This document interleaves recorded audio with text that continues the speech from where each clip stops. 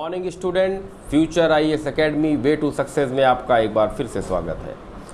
मित्रों, कल मैंने आप लोगों से बताया था कि आज की क्लास बहुत ही ज़्यादा महत्वपूर्ण होने वाली है और वैदिक एज के 3 पार्ट वीडियो रिलीज़ हो चुके हैं, जिसको आप लोगों ने देख ही लिया होगा। और जहाँ तक मैंने आप लोगों को वैदिक एज में पढ़ाया है, वहाँ तक बहुत से महत्वपूर्ण प्रश्न ऐसे बनते हैं जो यूपीएससी और यूपीपीएससी और ऑल वनडे एग्ज़ाम के लिए बहुत ही ज़्यादा महत्वपूर्ण होने वाले हैं। तो मित्रों, आइए देर न करते हुए चलते हैं प्रश्नों के सार संग्रह पर, जो बहुत ही महत्वपूर्ण है आपके आने वाले किसी भी एग्ज़ाम के लिए। तो मित्रों, पहला प्रश्न आज का ये है कि ऋग्वैदिक आर्यों के क्षेत्रफल की जानकारी, ऋग्वैदिक आर्यों के क्षेत्रफल की जानकारी हमें कहाँ से मिलती है। दूसरा प्रश्न है, ऋग्वेद में हमें अफ़गानिस्तान की किन 4 नदियों का उल्लेख मिलता है। आप लोग वीडियो पॉज करके क्वेश्चन लिखते रहिए और आंसर मैं आप लोगों को आज नहीं बताऊंगा। आंसर आप लोग को मैं विगत वीडियो में बता चुका हूं, पढ़ा चुका हूं। तो आशा करता हूं कि आप लोग इसका आंसर यूट्यूब कमेंट सेक्शन में या व्हाट्सएप पे मेरे भेजेंगे। तो अगला प्रश्न है, कुंभरा वर्तमान में किस नदी का प्राचीन नाम था। गोमल वर्तमान में किस नदी का प्राचीनतम नाम था। क्रुमु वर्तमान में किस नदी का प्राचीनतम नाम था। सुवास्तु वर्तमान में किस प्राचीनतम नदी का नाम था। अगला प्रश्न, ऋग्वेद में सर्वाधिक बार किस नदी का उल्लेख मिलता है। ऋग्वेद में सर्वाधिक बार किस नदी का उल्लेख मिलता है। अगला प्रश्न, आर्यों की सबसे अधिक या सर्वाधिक पवित्र नदी का नाम क्या था और ऋग्वेद में उसे किस नाम से जाना जाता था। अगला प्रश्न, भरत वंश का राजा सुदास किस नदी के तट पर उसका राज्य स्थापित था या स्थित था। एक और प्रश्न, शतुर्दी का वर्तमान में क्या नाम है। परुषणी का वर्तमान में क्या नाम है। अगला प्रश्न, दशराज युद्ध किस नदी के किनारे लड़ा गया था। वर्तमान में उस नदी का नाम क्या है और प्राचीन में उस नदी का क्या नाम था। अगला प्रश्न, विपाशा किस नदी का प्राचीनतम नाम है। अस्किनी किस नदी का प्राचीनतम नाम है। वितस्ता किस नदी का प्राचीनतम नाम है। अगला प्रश्न, ऋग्वेद में यमुना का कितनी बार और गंगा का कितनी बार उल्लेख मिलता है। ऋग्वेद के नदी सूक्त में किस नदी का उल्लेख नहीं है। किस नदी को मरुद मृदा के नाम से भी जाना जाता है। सरस्वती नदी की सहायक नदी का नाम क्या था और वर्तमान में उसे किस नाम से जाना जाता है। ऋग्वेद काल में आर्यों को सोम कहाँ से प्राप्त होता था, उस पहाड़ी का नाम क्या था। उत्तर वैदिक आर्यों के क्षेत्रफल के बारे में हमें जानकारी किस ब्राह्मण ग्रंथ से मिलती है। उत्तर वैदिक आर्यों के बारे में जानकारी हमें किस ब्राह्मण ग्रंथ से मिलती है। ये बहुत महत्वपूर्ण प्रश्न है। शतपथ ब्राह्मण में किस नदी का उल्लेख नहीं मिलता है। रेवा किस नदी का प्राचीनतम नाम था। उत्तर वैदिक साहित्य में पूर्वी हिमालय के कौन कौन से पर्वतों का उल्लेख मिलता है, उनका नाम बताएं। शतपथ ब्राह्मण में किस पर्वत का उल्लेख मिलता है। मनुस्मृति में हमें आर्यों के बारे में जानकारी मिलती है। जैसा कि मैंने आपको बताया था कि मनुस्मृति में आर्यों के बारे में आपको जानकारी मिलती है। जैसे उसमें बताया गया है, सरस्वती व दृशदती के बीच का क्षेत्र ब्रह्मवर्त। ऋग्वैदिक आर्यों ने ब्रह्मवर्त से आगे जब गंगा यमुना दोआब तक उसके निकट क्षेत्र पर अधिकार कर लिया, तब उसका नाम ब्रह्मर्षि देश कहा गया। मतलब भारत का एक और नाम ब्रह्मर्षि देश के नाम से भारत को जाना जाता था। और हिमालय और विंध्याचल के मध्य भारत का क्या नाम था, इसको आप बताएंगे। अगला प्रश्न, सबसे प्राचीनतम ग्रंथ कौन सा है और इसका संकलन किस क्षेत्र में हुआ? सर्वाधिक प्राचीनतम ग्रंथ कौन सा है और इसका संकलन कहाँ से हुआ?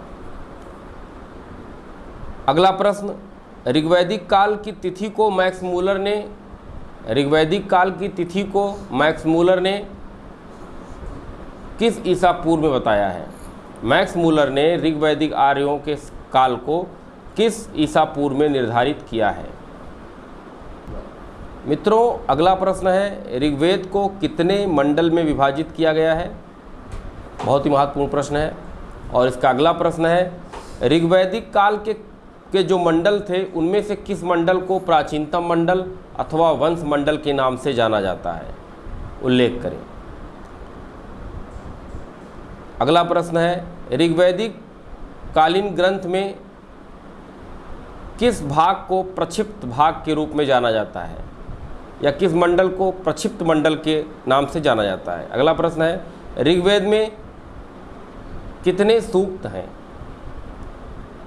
ऋग्वेद में कितने मंत्र हैं? ऋग्वेद को कितने भागों में बांटा गया है? अगला प्रश्न, ऋग्वैदिक कालीन आर्यों को समुद्र की जानकारी थी अथवा नहीं?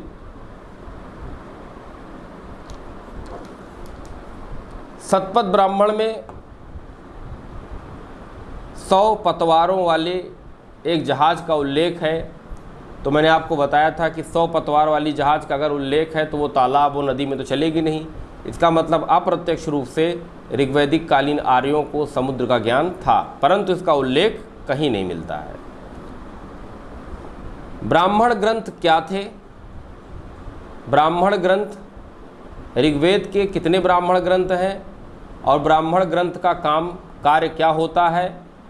तो आप जान लीजिए, किसी भी वेद को समझने के लिए उसके ब्राह्मण ग्रंथ बनाए जाते हैं। वेद को समझना है तो उसके एक्सप्लेनेशन को समझने के लिए हमको ब्राह्मण ग्रंथ पर निर्भर रहना पड़ता है, या फिर ब्राह्मण ग्रंथ को पढ़कर हम किसी भी वेद का एक्सप्लेनेशन या व्याख्या कर सकते हैं। तो ऋग्वेद के 2 ब्राह्मण ग्रंथ कौन कौन से हैं, उनके नाम बताएं। तो मित्रों, पहला है ऐत्रेय ब्राह्मण, इसको कलेक्ट किया था, इसके संकलन करता है महिदास। इनकी माता का नाम था इतिरा, इसीलिए इन्हीं की माता के नाम पर इसका नाम पड़ गया ऐत्रेय ब्राह्मण। इसमें समुद्र का संकेत मिलता है, इसमें राज्य की उत्पत्ति एवं राज्याभिषेक से संबंधित जानकारी मिलती है। क्वेश्चन बहुत बार पूछा गया है कि राज्य की उत्पत्ति एवं राज्याभिषेक संबंधित जानकारी किस ब्राह्मण ग्रंथ में मिलती है? तो ऐत्रेय ब्राह्मण ग्रंथ में मिलती है। इसमें सेनानी की जो महत्वता है वो पुरोहित से ज़्यादा बताई गई है, क्योंकि पुरोहित का काम है यज्ञ आदि संपन्न करना, लेकिन सेनानी काम क्या होता है? अपने देश अपने राज्य के लिए लड़ाई लड़ना, अपने देश एवं अपने राज्य की सुरक्षा करना।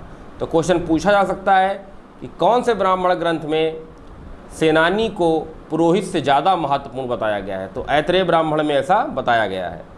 फिर क्वेश्चन पूछा जाएगा कि कौन से ब्राह्मण ग्रंथ में समुद्र के संकेत मिलते हैं? तो ऐत्रेय ब्राह्मण ग्रंथ में समुद्र के संकेत मिलते हैं। फिर क्वेश्चन पूछा जाएगा कि ऐत्रेय ब्राह्मण के संकलनकर्ता कौन है? तो महिदास उसके संकलनकर्ता हैं। किस ब्राह्मण ग्रंथ में पुत्री को समस्त दुखों का कारण बताया गया है? This is the most important question, UPPCS में पूछा भी गया है कई बार। आप लोग सॉल्व कर पढ़ते हैं तो आप लोग उठा के देखिएगा, ये बहुत ही ज़्यादा महत्वपूर्ण प्रश्न है। किस ब्राह्मण ग्रंथ में पुत्री को समस्त दुखों का कारण बताया गया है? तो ऐत्रेय ब्राह्मण में पुत्री को समस्त दुखों का कारण बताया गया है। मित्रों, ये तो रहा ब्राह्मण ग्रंथ ऋग्वेद का पहला, और इसका दूसरा ब्राह्मण ग्रंथ है कौशितकी ब्राह्मण। कौशितकी ब्राह्मण, इसको लिखते चलिए आप लोग। इसके संकलनकर्ता कुष्तक महर्षि थे। कौशितकी ब्राह्मण जो था, इसके संकलनकर्ता कुष्तक महर्षि थे।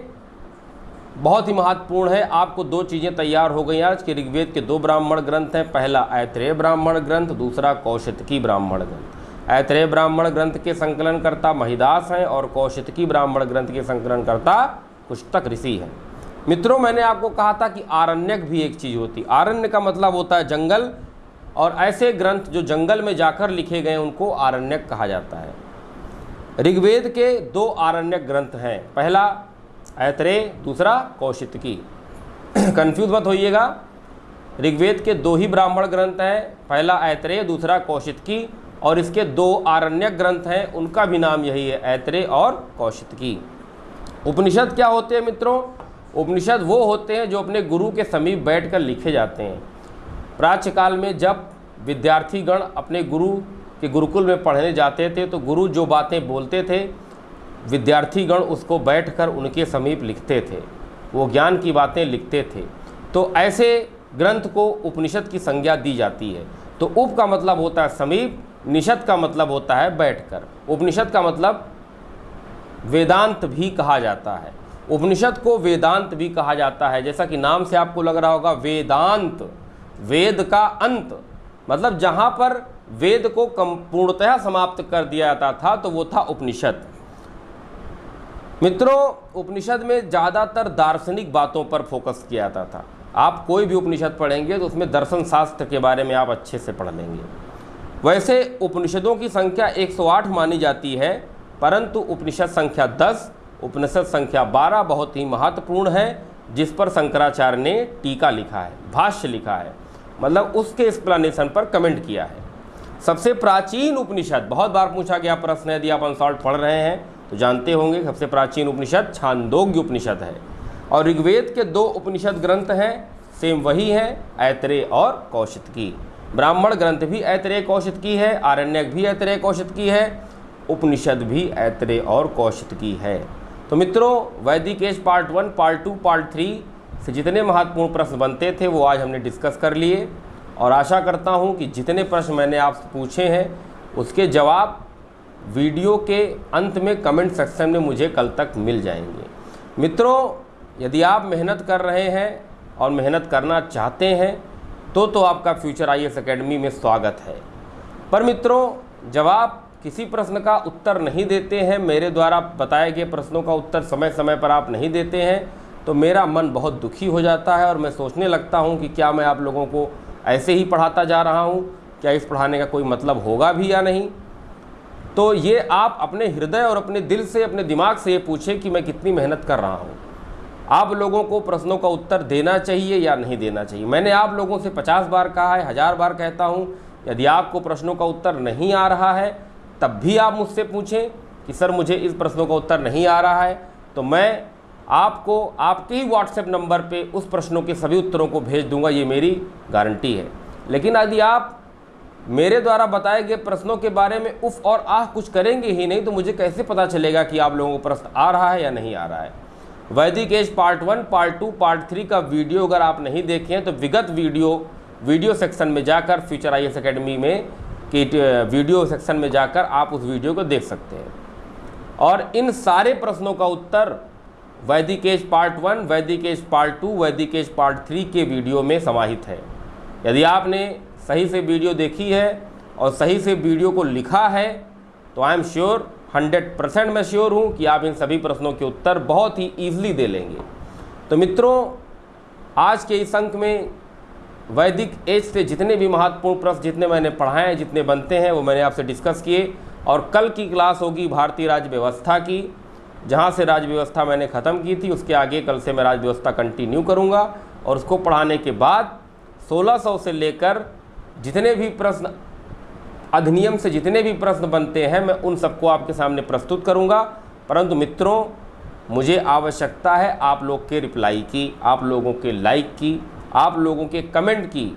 मैं बहुत ही ज़्यादा ईमानदारी के साथ मैं सोचता हूं कि हमारे विद्यार्थी हमसे जुड़ें और कमेंट करें, सेक्शन में जाके हाय हेलो करें, प्रश्नों का उत्तर दें। मुझे अच्छा लगता है, एक अंदर ऊर्जा का संचार होता है।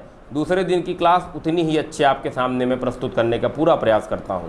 तो मित्रों, देर न करते हुए फटाक से लाइक करें, तुरंत सब्सक्राइब करें और इन प्रश्नों के साथ जुड़ जाएं फ्यूचर IAS एकेडमी की टीम से, जो आपके भविष्य को स्वर्णिम पथ पर पहुंचाने के लिए अग्रसर है। बहुत बहुत धन्यवाद।